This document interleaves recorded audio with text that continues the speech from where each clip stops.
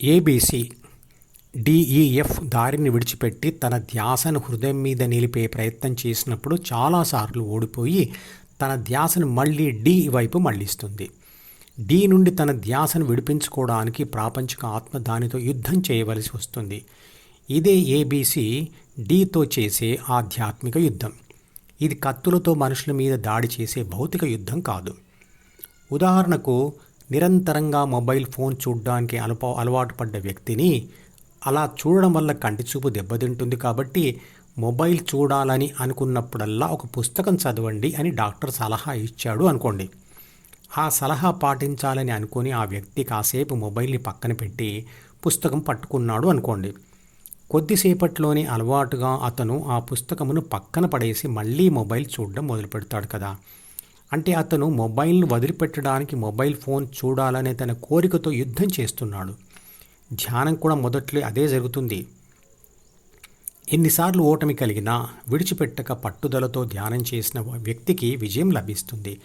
బలహీనమైన వ్యక్తులకు ఇది సాధ్యం కాదు. నేల మీద పెయిన్, పీస్ అండ్ ప్లెజర్ అంటే విషాదం, విశ్రాంతి, వినోదం అనబడే 3 బిందువులను సమానమైన దూరంలో ఉంచుతూ గీయండి. తర్వాత వాటిని కలుపుతూ ఒక గీత గీయండి. ఈ 3 కూడా ప్రాపంచిక ఆత్మకు విభిన్నమైన స్థితులను సూచిస్తున్నాయి. ఏ సమయంలో చూసినా మనిషి అంటే ప్రాపంచిక ఆత్మ ఈ 3 స్థితులలో ఏదో ఒక స్థితిలో ఉండి ఉంటాడు. ధ్యానం అంటే తెలియని లేదా ధ్యానం చేయని మనిషి మొదట కుడివైపు చివరిగా ఉన్న ప్లెజర్ పాయింట్ అంటే సుఖం లేదా వినోదం అనే బిందువు దగ్గర ఉన్నాడు అనుకోండి. ఆ మనిషి అక్కడ ఎక్కువసేపు అదే సుఖాన్ని అనుభవం పొందుతూ ఉండలేడు, మరి ఉండడు, విసుగు వస్తుంది. కొద్దిసేపటి తర్వాత మరో రకమైన సుఖం లేదా వినోదం అంటే ప్లెజర్ కోసం ప్రయత్నం చేసినప్పుడు ప్రకృతి సహకరించక అతనికి ఓటమి కలిగింది అనుకోండి. అప్పుడు అతను అక్కడి నుండి పడిపోయి ఎడమ చివర ఉన్న పెయిన్ పాయింట్ అంటే విషాద బిందువుకు చేరుకుంటాడు. ఆ బిందువు దగ్గర కూడా చాలాసేపు బాధపడుతూ ఉండలేడు. ఆ పెయిన్ లేదా విషాదం వదిలించుకోవడానికి తనకు తెలిసిన అన్ని ప్రాపంచిక ప్రయత్నాలు చేసి నడుస్తూ ఆ బాధను వదిలించుకొని మధ్యలో ఉన్న పీస్ అంటే విశ్రాంతి బిందువుకు చేరుకుంటాడు. ఆ బిందువు దగ్గర కూడా ఎక్కువసేపు అతను విశ్రాంతి స్థితిలో ఉండలేడు. మళ్ళీ ప్లెజర్ అంటే సుఖం లేదా వినోదం కోసం ప్రయత్నాలు మొదలు పెడతాడు. అంటే శాంతి బిందువు నుండి కుడివైపు సుఖం కోసం ప్రయాణం మళ్ళీ మొదలవుతుంది. ఈ విషవలయం జీవితాంతం కొనసాగుతూనే ఉంటుంది.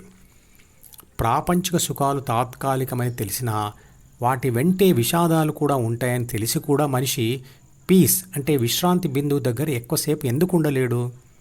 మొదటి కారణం, చిత్రపటంలో చూపించిన బి అంటే ప్రాథమిక మనసు లేదా 3 బాధ్యతల పుస్తకంలోని శరీర రక్షణ, పోషణ, పునరుత్పత్తి అనే 3 బాధ్యతలు మరియు 6 గుణాలు. అవి ప్రాపంచిక సుఖాల కోసం ప్రాపంచిక ఆత్మను ప్రేరేపిస్తాయి. ఇక రెండవ కారణం, తాత్కాలిక ప్రాపంచిక సుఖాల కోసం ప్రయత్నం చేయడం తప్ప శాశ్వత ఆనందం మరియు శాంతి సాధించడం కొరకు వేరే మార్గం అంటే ధ్యాన మార్గం ఉన్నదని అతనికి తెలియకపోవడం. విషాదంలో ఉన్న మనిషి ధ్యాన మార్గం తెలుసుకొని ప్రయత్నాలు చేసి శాంతి బిందువు చేరుకొని అక్కడి నుండి కుడివైపుకు వినోదం లేదా సుఖం కోసం వెళ్లకుండా శాంతి బిందువు నుండే నిట్ట నిలువుగా ఉండే ధ్యాన నిచ్చెన మార్గంలో పైకి ప్రయాణం చేసి శాశ్వత శాంతి సాధిస్తాడు.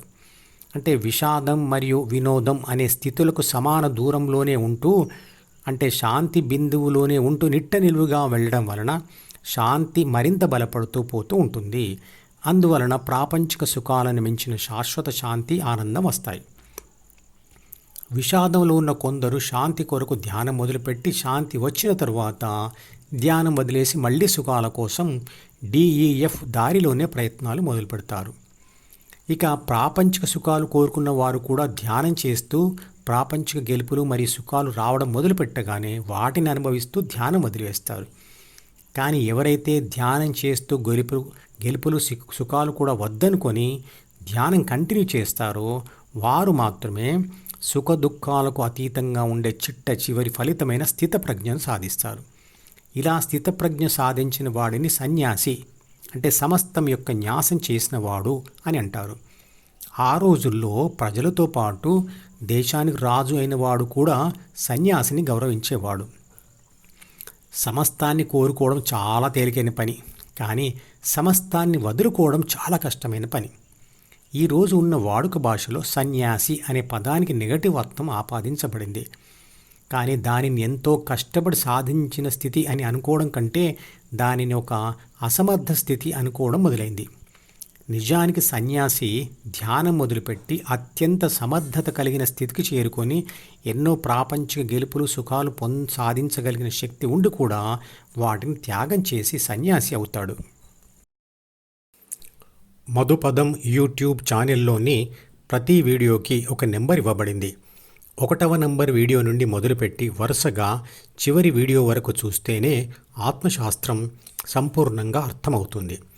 ఈ వీడియో డిస్క్రిప్షన్లో ఉంచిన మధుపదం ప్లేలిస్ట్ లింక్ ద్వారా అన్ని వీడియోలు వరుసగా చూడవచ్చు.